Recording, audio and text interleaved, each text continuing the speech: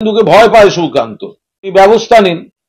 এ তো শুভেন্দুকে ভয় পায় সুকান্ত, শুভেন্দুকে বিরাট ভয় পায় সুকান্ত, সেই জন্য বেশি ঘাঁটাচ্ছে না। কেন শুভেন্দু অধিকারীকে ভয় পান সুকান্ত মজুমদার, জেনে নিন।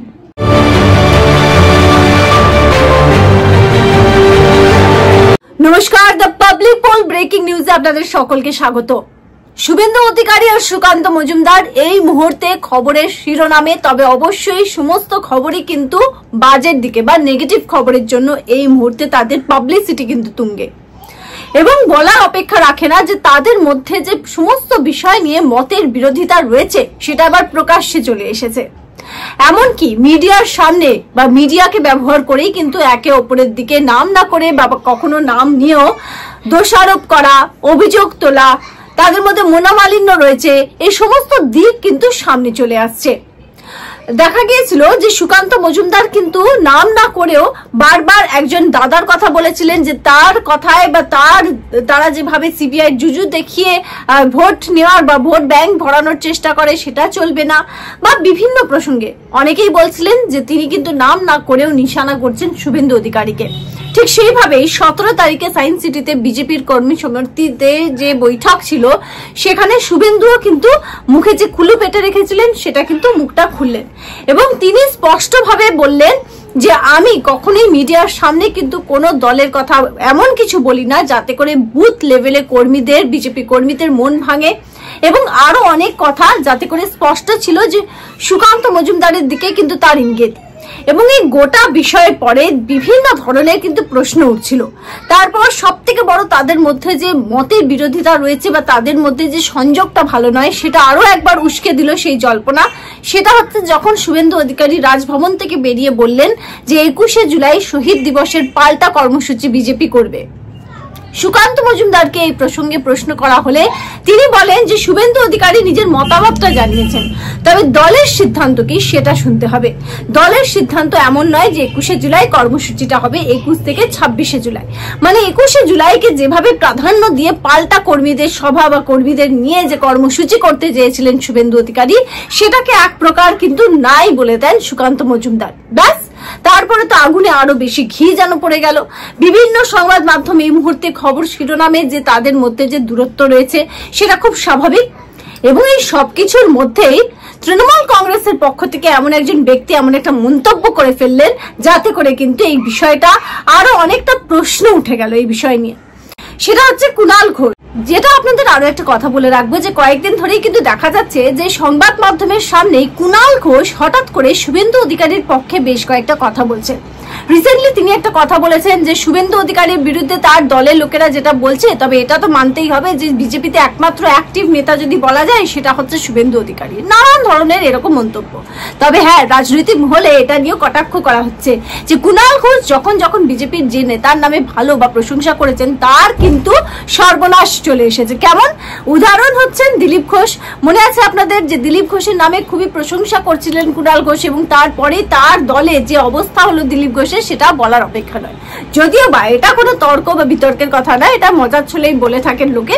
সুতরাং যেটা আপনাদেরকে বলবো যে যেভাবে কুণাল ঘোষ হঠাৎ করে প্রশংসা করছেন, সেই প্রশংসা করতে গিয়ে হঠাৎ করে আবার তিনি কিন্তু শুভেন্দু অধিকারীর পক্ষে বেশ কয়েকটা কথা আর সুকান্ত মজুমদারের বিরুদ্ধে বেশ কয়েকটা কথা বলে ফেললেন। তিনি একেবারে বলেই ফেললেন যে সুকান্ত মজুমদার নাকি শুভেন্দু অধিকারীকে ভয় পান, এবং তিনি বলছেন যে সুকান্ত মজুমদার এই মুহূর্তে রাজ্য সভাপতির পদে রয়েছেন তিনি বলছেন যে সংবাদ মাধ্যমের সামনে কথা বলা যায় না, তাহলে তিনি নিজে কিভাবে শুভেন্দু অধিকারীর বিরুদ্ধে সংবাদ মাধ্যমের সামনে কথা বলছেন? কেন তিনি শুভেন্দু অধিকারীকে ফোন করছেন না? কেন তাকে ডাইরেক্ট বলছেন না যে না এই কথাগুলো আপনি কিন্তু বলতে পারেন না? তার মানে হচ্ছে তিনি ভয় পান শুভেন্দু অধিকারীকে। চলুন এই প্রসঙ্গে কুণাল ঘোষ কি বলেছে আগে একসঙ্গে সেটা আমরা শুনে নিই। না, এটা তো এগুলো সব ওনার যদি মনে হয় যে উনি শুভেন্দুর লাইন পছন্দ হচ্ছে না বা শুভেন্দুর কথা পছন্দ হয়নি, উনি ব্যবস্থা নিন। এ তো শুভেন্দুকে ভয় পায় সুকান্ত, কিছু বলতে পারছে না, নিজের মনে গজগজ করছে। এ কি? শুভেন্দুকে তো মারাত্মক ভয় পায় দেখছি সুকান্ত। হ্যাঁ, উনি যেন না বলেন।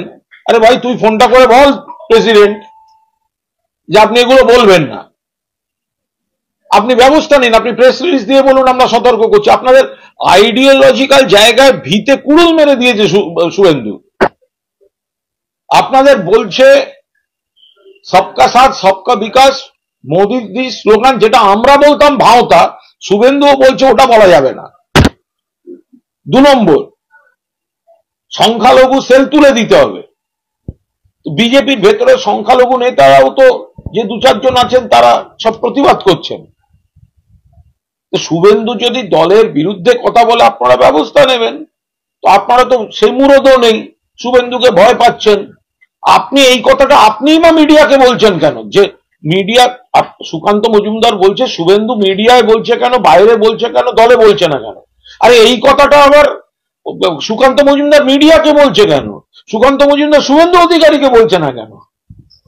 শুভেন্দুকে বিরাট ভয় পায় সুকান্ত, সেই জন্য বেশি ঘাঁটাচ্ছে না।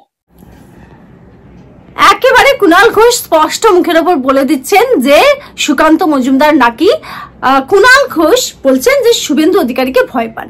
এবার এই প্রসঙ্গে রাজনৈতিক মহলে যে আলোচনা শুরু হয়েছে সেটা হচ্ছে যে হঠাৎ করে কুণাল ঘোষের মনে এত দরদ কেন উতলে পড়ছে শুভেন্দু অধিকারীর বিরুদ্ধে, যে শুভেন্দু অধিকারী সংবাদ মাধ্যমের সামনে সবসময় কুণাল ঘোষের বিরুদ্ধে অপমানজনক মন্তব্যই কিন্তু করেছেন।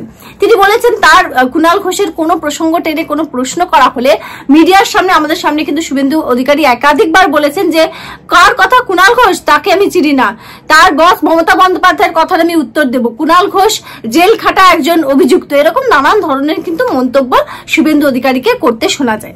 এবার রাজনৈতিক মহলে যে আলোচনা তুঙ্গে যে প্রশ্ন উঠছে এখন যে কুণাল ঘোষ কেন এই ধরনের মন্তব্য বা এত প্রশংসা কেন করছেন, সেক্ষেত্রে রাজনৈতিক যারা সমালোচকরা রয়েছেন কিংবা রাজনৈতিক বিভিন্ন ব্যক্তিত্বরা রয়েছেন তারা যেটা বলছেন যে এর পিছনে 2টো বড় কারণ হতে পারে। এক হচ্ছে যে বিজেপির মনে যে সন্দেহটা রয়েছে, যারা বিজেপির অনেক পুরনো কর্মী সমর্থক নেতারা রয়েছেন তাদের মধ্যে এটা অনেক সময় আলোচনা হয়, এমনটা কিন্তু বলা হয় যে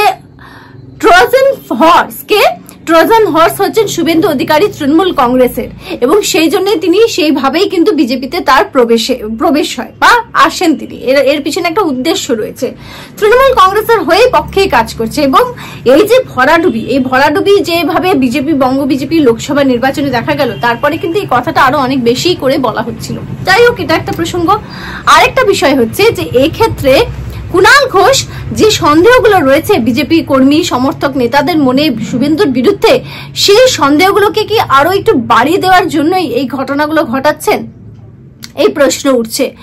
কোথাও একটা বঙ্গ বিজেপিতে বা বিজেপিতে শুভেন্দু অধিকারীর জায়গা আরো একটু নষ্ট করে দেওয়ায় কি কুণাল ঘোষের একটা উদ্দেশ্য রয়েছে, এই বিষয়টা নিয়েও কিন্তু আলোচনা চলছে। তার পাশাপাশি এই যে বার্তা তিনি দিতে চাইছেন যে তৃণমূল কংগ্রেসের মানে এখনো পর্যন্ত একটা কোথাও সফট কর্নার, কারণ কুণাল ঘোষ বলা মানেই অনেকে এটা ধরে নেন যে তৃণমূল কংগ্রেস কথা বলছে, কারণ একসময় মানে যেহেতু তিনি মানে মমতা বন্দ্যোপাধ্যায়ের কাছের, অভিষেক বন্দ্যোপাধ্যায়ের কাছের এবং দলের একজন গুরুত্বপূর্ণ সদস্য মুখপাত্র ছিলেন, তিনি সব মিলিয়ে কিন্তু তার কোনো মন্তব্য যথেষ্টই কিন্তু বলা যেতে পারে যে হেভিওয়েট মন্তব্য হিসেবে কিন্তু কনসিডার করা হয়।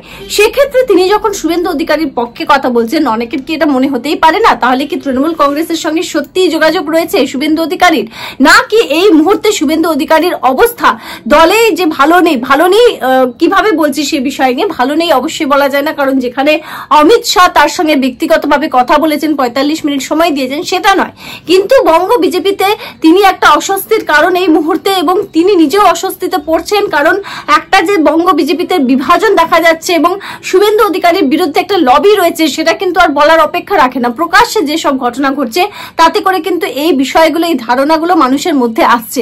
সেই সময় কুণাল ঘোষের এমন একটা মন্তব্য কিন্তু অনেকটা অস্বস্তি বাড়িয়ে দিতে পারে শুভেন্দু অধিকারীর, সেটা জেনে বুঝেই কি তিনি ঘটনা বা এই কথাগুলো বলছেন, এই প্রশ্ন উঠছে। তবে হ্যাঁ, এই যে মন্তব্য করা যে সুকান্ত মজুমদার ভয় পান শুভেন্দু অধিকারীকে, তাতে করে কোথাও একটা কিন্তু শুভেন্দু অধিকারীর পক্ষে কথা বললেও কোথাও একটা তার অস্বস্তি অনেকটা বাড়িয়ে দিচ্ছেন, এবং সুকান্ত মজুমদার বা যে তাদের যে লবি সেটাকেও কিন্তু শুভেন্দু অধিকারীর বিরুদ্ধে একটু উস্কে দেওয়া, এই ধরনের মন্তব্যের মানে এমনটাও কিন্তু মনে করছে রাজনৈতিক মহলের একাংশ। এবং গোটা বিষয় নিয়ে এই মুহূর্তে বঙ্গ বিজেপির যে অবস্থা, তাতে করে এটা বলা খুব দরকার যে এই মুহূর্তে কিন্তু ঘর গুছানো খুবই প্রয়োজনীয়, কারণ একটার পর একটা ইস্যু কি হলো শুভেন্দু অধিকারী এবং সুকান্ত মজুমদারের মধ্যে, এটাই কিন্তু সব থেকে বড় প্রশ্ন। কারণ আমরা ভিউয়ার্স মনে আছে নিশ্চয়ই যে আমাদের সামনে এমন অনেক ছবি এসেছিল যেখানে দেখা গিয়েছিল যে নরেন্দ্র মোদী রয়েছেন এবং নরেন্দ্র মোদী একান্ত একটি বৈঠকে রয়েছেন শুভেন্দু অধিকারী এবং সুকান্ত মজুমদার।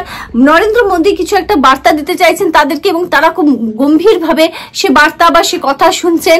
বা অমিত শাহ দুই পাশে দুজন, একদিকে যেখানে দেখা গিয়েছে শুভেন্দু অধিকারী, আরেকদিকে সুকান্ত মজুমদার বিভিন্ন কর্মসূচিতে তাদেরকে একজোট হয়ে কাজ করতে এগিয়ে যেতে দেখা গিয়েছে।